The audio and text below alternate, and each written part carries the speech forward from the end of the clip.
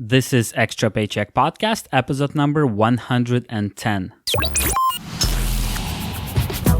You're listening to Extra Paycheck Podcast, where you will learn how to build and grow your own successful online business. Now, here's your host, Alex Soul. Welcome to yet another episode of the Extra Paycheck Podcast. This is episode number 110, and today's special guest is Mark Sams. Mark is a co-founder at Ninja Outreach, an influencer marketing platform. And in today's episode, he'll be sharing his experiences, his very bright and very dark moments in the world of entrepreneurship, and a lot of other great stuff. So enjoy today's episode. Hi, Mark, and welcome to the Extra Paycheck Podcast. Hey, how you doing, Alex? Thanks for having me. I'm excited to be here. Mark, please tell us a little bit more about yourself and what is that you do as a business right now. So my name is Mark Sams. I'm the co-founder of a company called Ninja Outreach, which is an influencer marketing platform. It allows people to search for influencers, both bloggers, social media influencers, and stuff like that. Get a ton of metrics around those people.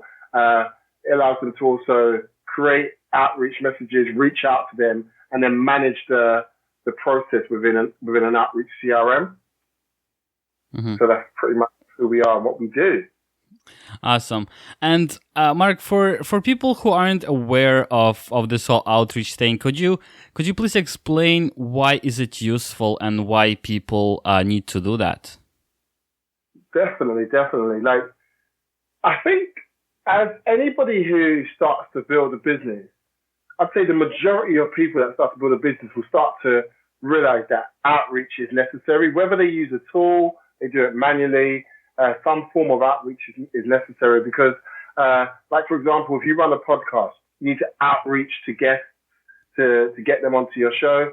If you want to be on other people's podcasts, you need to outreach to hosts to be on their show. If you want to get some quality links from relevant websites back to your site, you need to reach out to blog owners and website owners and see if they'll publish your content, like as a guest blog post, where you'd include your link and link back to yourself. Obviously, you've got to produce a good piece of content, but like that's another thing. You want to get companies to review your product. You reach out to them, give them a proposal, talk about what the value is to their audience and so on and so forth. You want social medias to review you.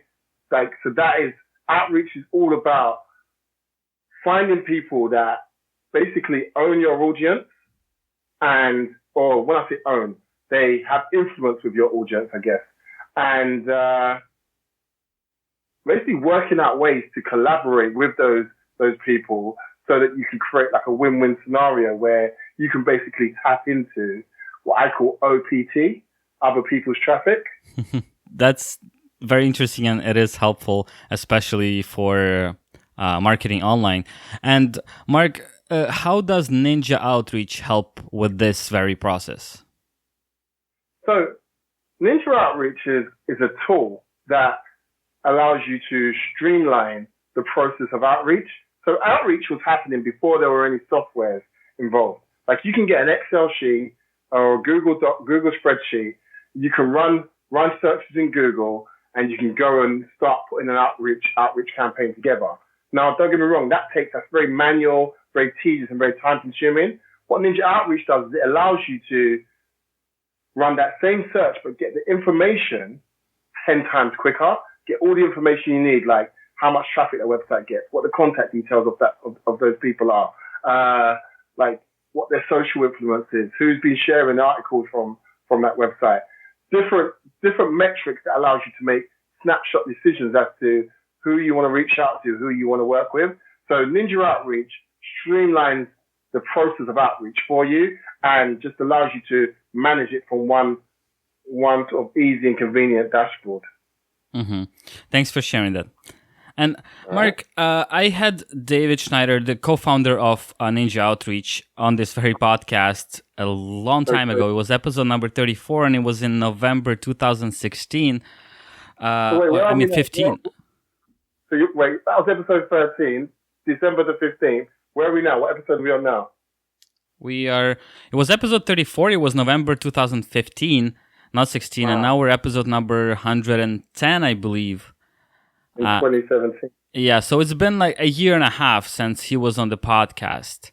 And, he talked a little bit about the company and what kind of growth has the company seen over this span of time, over a year and a half? Okay, so I'm trying to think where we was a year and a half ago. I'm thinking a year and a half ago. I feel like a year and a half ago, we was maybe at around 10, 13K a month, roughly. And March just gone, we did 50K, just over 50K. That's software sales, like recurring software sales, including some services that we do for people, like where we basically, it's called a done for you service, where we basically do the stuff that you would do with outreach, but clients pay us extra to do it for them. So yeah.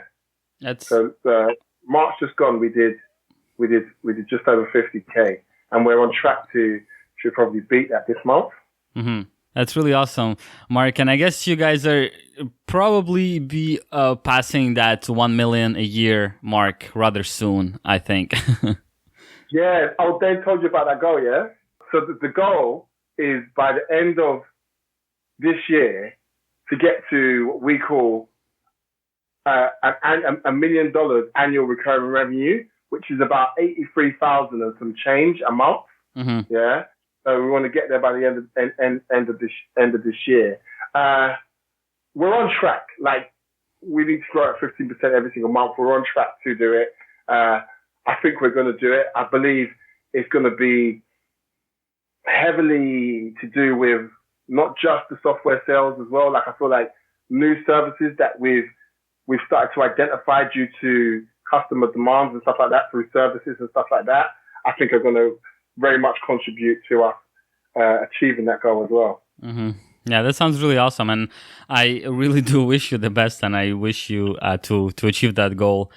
And thank you, Alex. And Mark, I'd like to go a little bit back and look into your personal story. So how did you end up being a co-founder of Ninja Outreach? What was your background? How did you end up in entrepreneurship? Yeah, that's kind of let me give you sort of like the highlight story, because I could go on forever. So I'll give you like the highlight story. So I guess back in, so it's been about 15 years that I've been dabbling with entrepreneurship, playing with different things, creating websites. In the meantime, between time, I've been working, having different jobs and so on and so forth. And I think things really got serious around sort of, I think it was like 2009, 2008. I can't remember the exact year, but around sort of 2009, 2008, when I started, well, basically me and my business partner, we both got made redundant. This was before I even met Dave, and we both got made redundant. He's a programmer.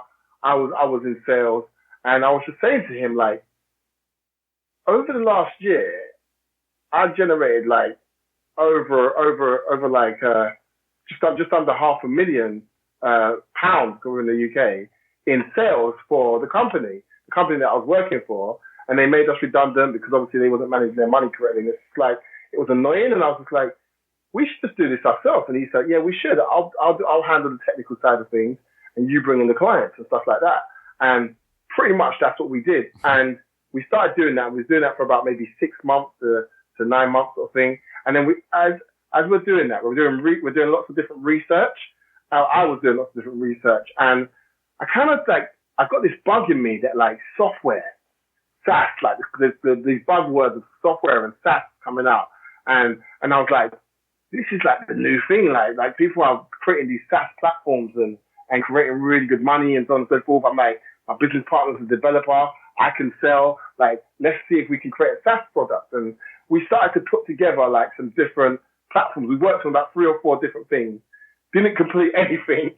And the funny thing is back then, the skeleton for what Ninja Outreach is today got created. When I say it was a skeleton, it was like literally a very sort of loosely put together framework of what the tool was gonna be, like basically connecting with people that had influence and so on and so forth. And it was loosely put together. But then what happened was is that through our networking and connecting with people, we actually connected with a super affiliate, someone that really had a lot of influences in the game.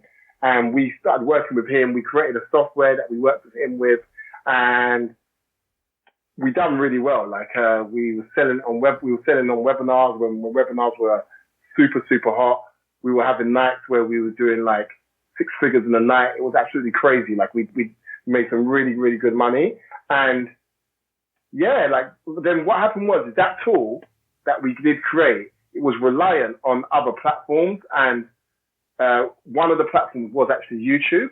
Mm-hmm. And basically what happened was is that YouTube changed their terms and services. Basically you couldn't solicit to put advertising on people's videos and so on and so forth. And it basically made what we was doing obsolete. And overnight, our tool basically didn't work anymore. They chucked us out of their API, and we had like over $500,000 in a shopping cart. We got a ton of chargeback requests, and they locked us out of our shopping cart like it was crazy, and we just lost a ton of money. It was kind of like starting again, and yeah, like so it was a bit depressing, but like I started looking around again, and we had a little bit of money left over, but like we were running out of money quickly, if you know what I mean. Mm-hmm. And I started looking around again, seeing what was out there, and I started podcasting, because one thing I knew to myself that if I started connecting with other people and speaking to people, building relationships with people, and I felt like something was going to spark out of it. And as I was doing podcasting and so on and so forth, I'm reading blogs, and I started to hear these terms: blogger outreach, influencer marketing, guest hosting, all these different things, yeah. And when I was reading certain articles on it, I was like, hold on, this is similar to that tool that we started working on back in the day.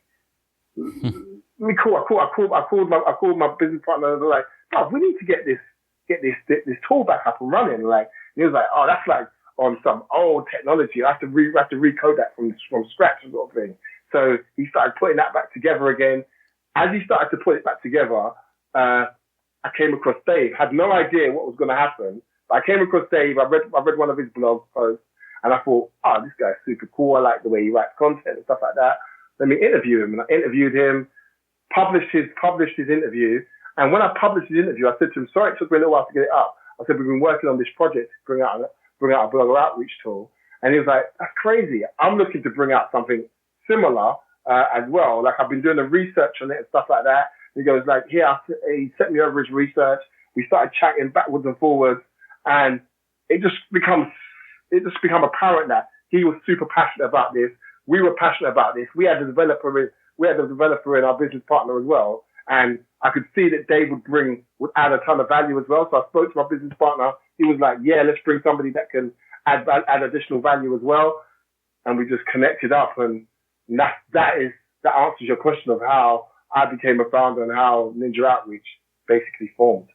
That's a really awesome story, Mark. And you know what's surprising here? Well, I guess it's not that surprising because you're an entrepreneur and you have this drive in you.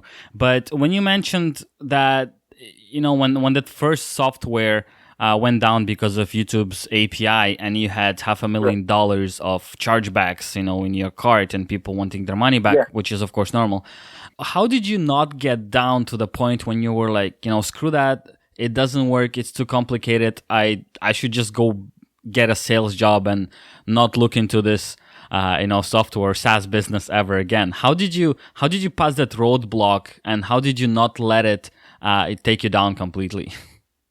So it definitely brought me down. Like, I remember there was a year where I pretended, oh, this is deep. Like, I haven't told anybody this, but I pretended to my mum that I was sick at Christmas because I had no money to buy people presents and so on and so forth.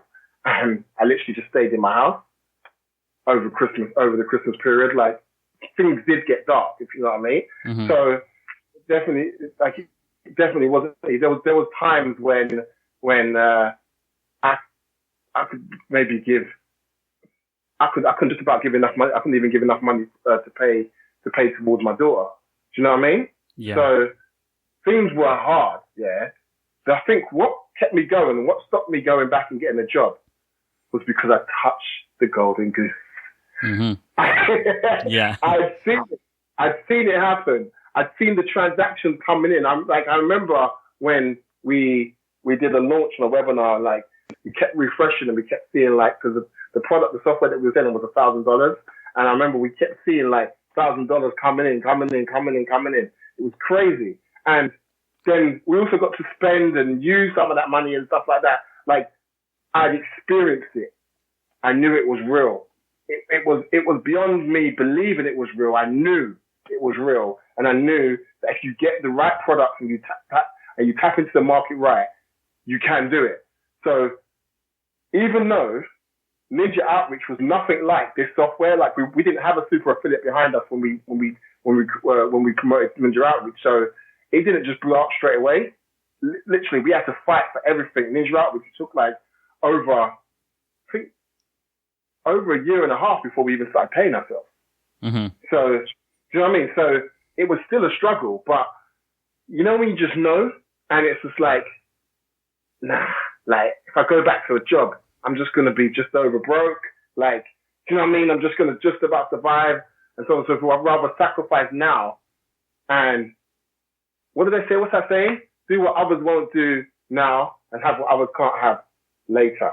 And literally, I was actually living by that. Like, I didn't really go out. Do you know what I mean? I literally had enough money to cover food. I actually slept on a mattress in my friend's room, and I was just paying him a few £100 a month to cover my rent, and my rent was in, and that was being covered by the government. Like the government gave me what's called housing benefit. So yeah. Yeah, that's deep, man. And Mark, thank you so much for sharing this story. I know it's quite personal for you. And at the same time, I like hearing these stories because, you know, people listening to these podcasts and people who are just thinking of starting something of their own, usually all they see or all they pay attention to is our, you know, success stories, the bright moments. So look, everything's working out, everything's amazing. But they don't know how much could be behind the curtains and, you know, how bad and how negative some parts might be. And yet people like you still overcome that and keep on pushing forward. But it's definitely not as easy as it looks on the surface. Definitely not. Like 100%. Like it's, you know, like there's all these different sayings out there, yeah. And you see like people on Instagram and different places quoting things and stuff like that. And I sometimes I see it and I've maybe spoke to that person or something like that, and I wonder, like, do you understand the substance behind what you're saying? Like, do you know what I mean? Like there's real grit and drive that needs to go into to take something somewhere. And like I feel like a lot of stuff nowadays is very surface level. Like everyone's saying hustle, everyone's saying grind, and so on and so forth. And I'm thinking, like, do you really get what it takes to actually do that, to grind? Where you could potentially lose a relationship because you have to work instead of paying attention to that person, and do you know what I mean, and stuff like that. Like it's real. Like this is real. Like, do you know what I mean? Yeah, totally. It's hard. It's hard. And this is why not that many people succeed, you know, because people don't have the patience. People want the instant rewards. People want that overnight riches, and that simply doesn't exist. That's 100% why, because I speak to so many people that maybe they start off and start using our platform, for example, and they have like an intro call with me, for example, and they'll be like, oh, what do I do to get started? And I say like, okay, well, you want to start looking at this area, that area. You want to start putting content together, like finding different ways to, doesn't have to be written. I think you can do a podcast, whatever. Like you need to start getting yourself out there, connecting with people. Once I start explaining like what really needs to be done, and I'm very sort of transparent with them, like, or I think to them like this ain't going to happen overnight. Like you're looking at anything from 6 to 9 months just to start to see some momentum, and then you got to keep working from there. Like, they say, yeah. And a lot of times, like, you know, like where you say to somebody, like, get back in touch with me. Like, I'll be there to help you if you need me. I don't think I've had anybody sort of come back to me. Maybe one or two, maybe. Like, and actually be like, yeah, I'm at this stage now. Like, let's go it. Like, a lot of people fall off. Like, I'd say 90% of people fall off because they start to think to themselves like, oh, this is a lot of work, mate. Yeah. This is a lot of work.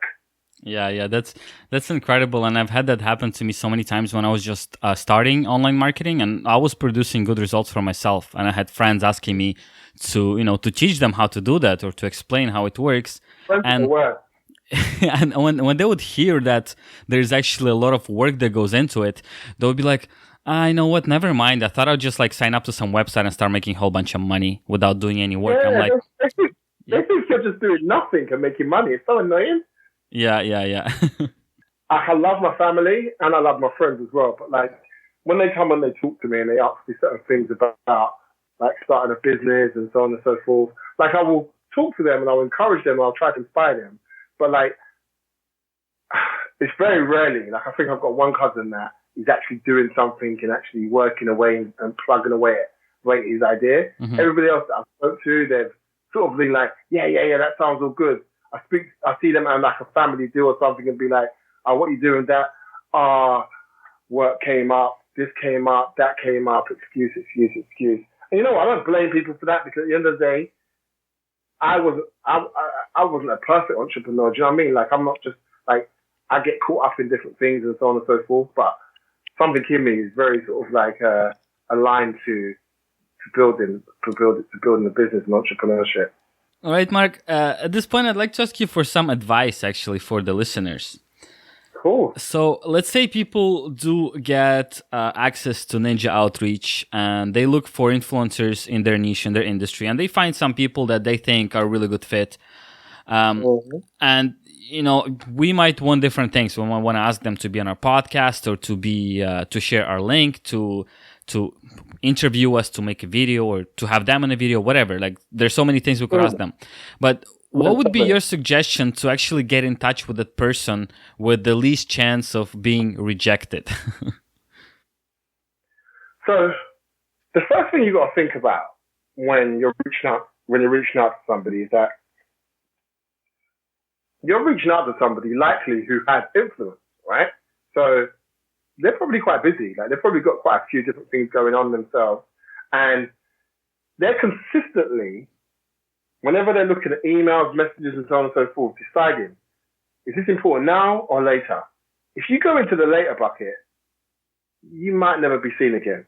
Do you know what I mean? Yeah. And so you've got to think to yourself, how do I craft a message that grabs their attention? And what's the most important thing to people? Themselves. And as an influencer, themselves and their audience. So you got to think about how can I gear this toward being beneficial to them and their audience. So, for example, when we used to go reach out to people to get to do guest posting, one of the things we used to, obviously we introduce ourselves, we say who we are, we tell them that we want to create like a guest post for them, and when we're saying that we want to create some really targeted content for your audience. Like we've done research on what you produced already, and we want to create some really targeted content for your audience. And then we show like examples of people where we've done guest posts before, which people that had credibility, like so we've already done some decent ones already. If you don't have that, then just show examples of your own content, and then we basically, what we'd said is, and then at the end of it, as we signed off, we said, just to make this super cool, we'd love to, and you have to be creative with this. Like, this is what we offered, but you have to be creative what you offer. But we say, we'd love to offer you and two of your audience members, a year's access to our platform, for being part of this. You can give the two, audience member licenses in a competition and a giveaway to help you create more traffic and stuff like that. So it made it like, oh, cool, this is something that can allow me to look really good in front of my audience. They're going to create a great piece of content, and we can do a little giveaway competition as well. So that works really well. Like, so doing something for them and their audience. I guess another thing that really is really good to grab people's attention with is spend a bit of time, and so many people don't do this, but spend a bit of time beforehand trying to like build a bit of a relationship with them. And it's easy enough to say this, like, and I say this with a bit of tongue in cheek in the sense that you should always be building relationships with influencers that you have respect for, and people that you think are adding value. When I say that, what I mean is you should be commenting on people's stuff, liking people's stuff, sharing people's stuff anyway. And these are the people that you will start to connect with. So it should be part of what you're doing anyway. But like, be doing stuff like that, be doing that as a natural part of your business daily journey, if you know what I mean. But then, in addition to that, like, look at the types of outreach that you're doing. Like, so many people are out there just asking for stuff nowadays.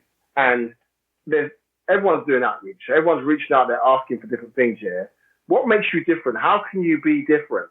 And I'd say that, like, one thing that you can do is, like, I think, and this is getting a bit overused now, but like, I feel like it's still valuable. Like, when you do things like expert roundups, I don't know if you know what that is, but like, basically, for the audience, like, it's basically where you reach out to a number of experts or influencers in a particular industry, and you ask them a question, and you pose a question to them, like, maybe what are the trends going to be for 2017 within this space, and they all answer and they give their feedback and their insight. And what's really powerful about that is that, first of all, it taps into people's ego, like, because you're asking them to give their expert opinion. So they're like, yes, I'd love to give my expert opinion. And so they give their feedback and their insight into what they believe they're an expert in, or they believe they're an influencer in, yeah. But then once you publish that article, I'd say 99% of the people are going to be open to promoting and sharing it. So people will share it. Some people will link to it. Some people, we've even seen people mail it out to their newsletter and stuff like that.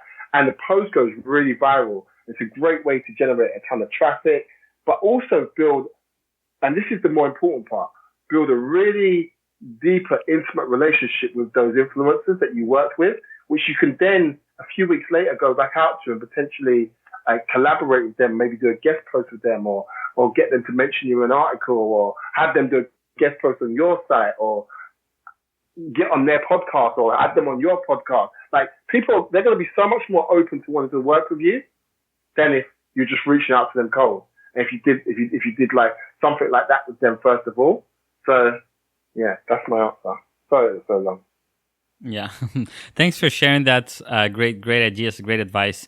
And I guess the main point here is you really need to show the benefit to the person you're trying to reach out. You really have to explain why this is good for them and not for you. Exactly. Well, not necessarily not for you, because it's not exactly what I meant. What I meant is, you can't be just like, I have this like YouTube channel and I really want you on it because, like, I want to have cool people on it. That's like, yeah, okay, good. But what's in it for me? Yeah, exactly. Yeah. No, definitely. Yeah. 100%. Okay, Mark. So, thank you for sharing that, for sharing some ideas on how to do outreach properly. And maybe there is one thing that you could say that you should definitely never do when you're trying to connect with influencers or, doing any kind of outreach. There's like one thing that is really a must not do. I think must not to do. Or like a biggest mistake that you've seen a lot of people make when doing that. It's that people make. I think whatever way you're going to make mistakes, like, we make mistakes. Everyone makes mistakes, no matter how. Do you know what I mean? Like, I feel like you're gonna make mistakes. Like, just by accident, you might do something wrong. Like, but like, I guess one thing not to never do is to always. So if somebody gets back to you, get back to them as quick as possible. Don't leave it for days. Like, if they get back to you today, get back to them today. It's not okay to leave it till tomorrow or the day after and so on and so forth. Like, it's about getting back to that person as quick as possible, because you're now starting a relationship with somebody and you kind of want to lead the relationship the way you want it to move forward. And I've seen it. We've made this mistake ourselves. People in my team, I guess, has made it more, where they maybe got quite a lot of responses back and they've felt a bit overwhelmed, and they've let some of their responses and so on and so forth leak over to like 3, 4, even 5 days, and it just makes the relationship go cold, if you know what I mean, and you can lose opportunities like that. So I'd say be very attentive in responding back to people as quick as possible. The biggest mistake is to not think that's important. Thanks for sharing that, Mark. And I really have to pay attention to that myself, because I do sometimes, unfortunately, let too much time in between my replies to emails, especially. Have you seen that affect you? Has it affected you?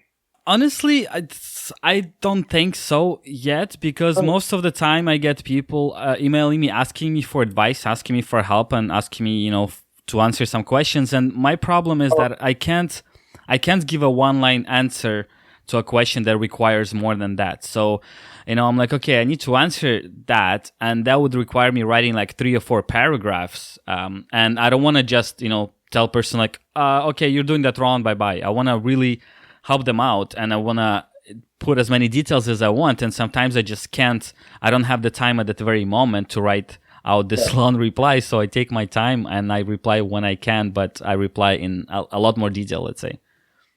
Yeah. So I wasn't exactly talking about that. I'm talking about where if you reach out to somebody and they've come back to you, and then you take long to get back to them, I think that's not a good idea. But then even in that situation that you've experienced, like sometimes just a quick message being like, hey, I've got your message. I've got a ton of things on. I want to answer this properly. I'm going to be a few days before I get back to you, or a week or so. Because maybe you could create some canned responses in Gmail, and it just helps, isn't it? Like it just makes people know that, oh, I know what's going on there. Because as somebody that's waiting for a response, sometimes you're just like, oh, like when there's a void of nothing, like you just assume they're not interested.